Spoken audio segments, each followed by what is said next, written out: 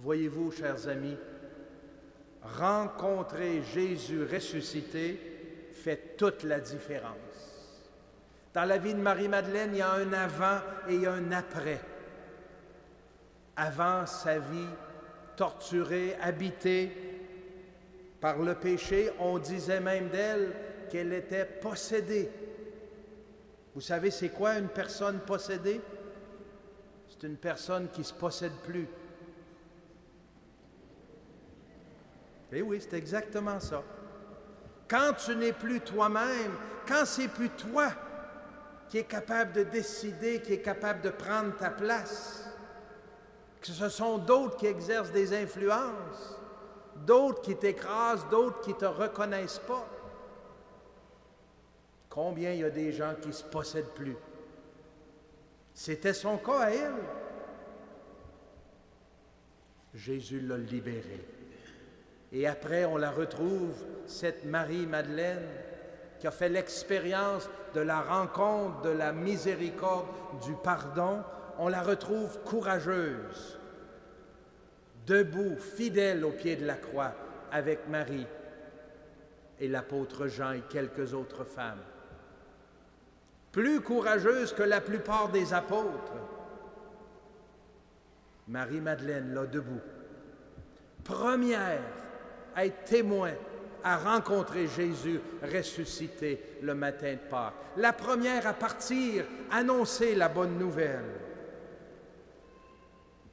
Frères et sœurs, l'Église, en célébrant sa fête aujourd'hui, est en train de nous dire, il me semble, vois-tu ce que toi tu peux devenir si tu accueilles Jésus, si tu acceptes de le rencontrer, si tu acceptes d'être aimé et pardonné par lui?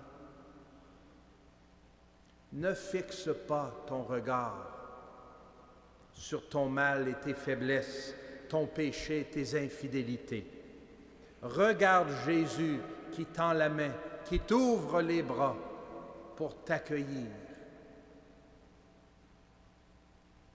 Lui qui te dit, viens, suis-moi. Je suis le chemin, la vérité et la vie. Je suis venu pour que tu aies la vie et la vie en abondance. J'ai entendu un jour une nouvelle béatitude qu'on ne retrouve pas dans la Bible. Et je l'ai trouvée pas mal intéressante. J'aimerais vous la partager. Quelqu'un disait, « Bienheureux les fêlés, car la lumière peut passer. » C'est pas pire, hein? Voulez-vous la dire avec moi? « Bienheureux les fêlés, car la lumière peut passer. » Les fêlures, les brisures dans ma vie, dans ta vie, sont parfois une grande bénédiction. Parce que par ces craques, ces fêlures, peut entrer la lumière de Dieu, peut passer l'eau vive et venir nous guérir.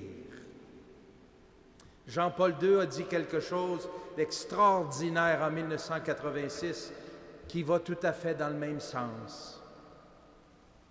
Dans chaque être humain, il y a une brèche qui ouvre sur l'absolu.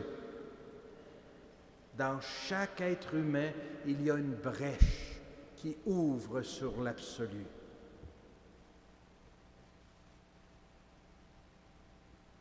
Bienheureuse fêlure dans ma vie, dans ta vie, qui te permet d'accueillir la miséricorde, qui te permet d'ouvrir ton cœur, parce qu'il est plus bétonné, fermé, caché, il est ouvert pour accueillir l'eau vive que Dieu t'offre. Vous connaissez peut-être cette autre histoire qui est racontée très souvent par des prédicateurs. Ça se passe dans une grande cathédrale de France, il y a plusieurs années. Un catéchète est avec un groupe d'enfants en train d'animer une catéchèse et il pose cette question aux enfants. Qu'est-ce qu'un saint? Qu'est-ce qu'une sainte? Et il y a un enfant qui lève la main et qui pointe vers un vitrail, comme ils sont si lumineux en Europe, remplis de lumière. Il pointe vers le vitrail et il dit, « Un saint, monsieur, c'est quelqu'un qui laisse passer la lumière. Une sainte, c'est quelqu'un qui laisse passer la lumière. »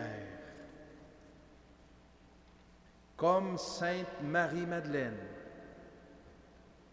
j'ai le goût de te dire aujourd'hui, laisse passer la lumière.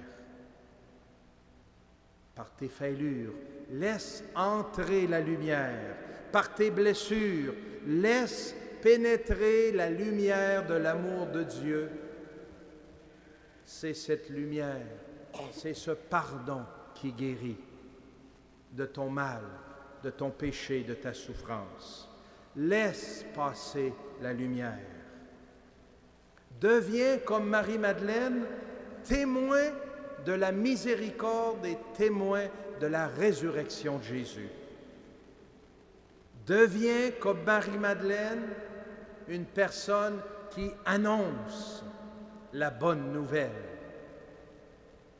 Voyez ce qu'il a fait dans ma vie.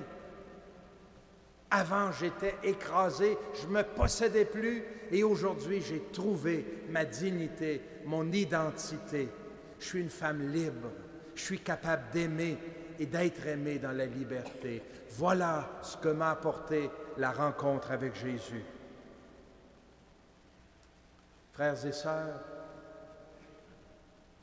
vous le savez comme moi, ils sont si nombreux, les hommes et les femmes autour de nous, qui se sentent abandonnés, délaissés, qui se sentent isolés, écrasés.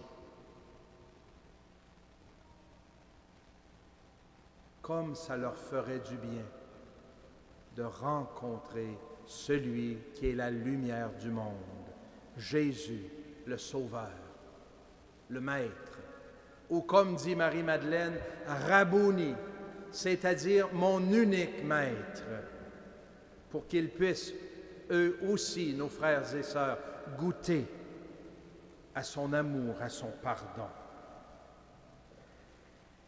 C'est pourquoi Dieu te dit peut-être aujourd'hui, laisse passer la lumière, pas seulement celle que tu reçois, qui te fait du bien, c'est un point de départ, mais laisse passer la lumière à travers toi pour que l'amour de Dieu touche tes frères et sœurs.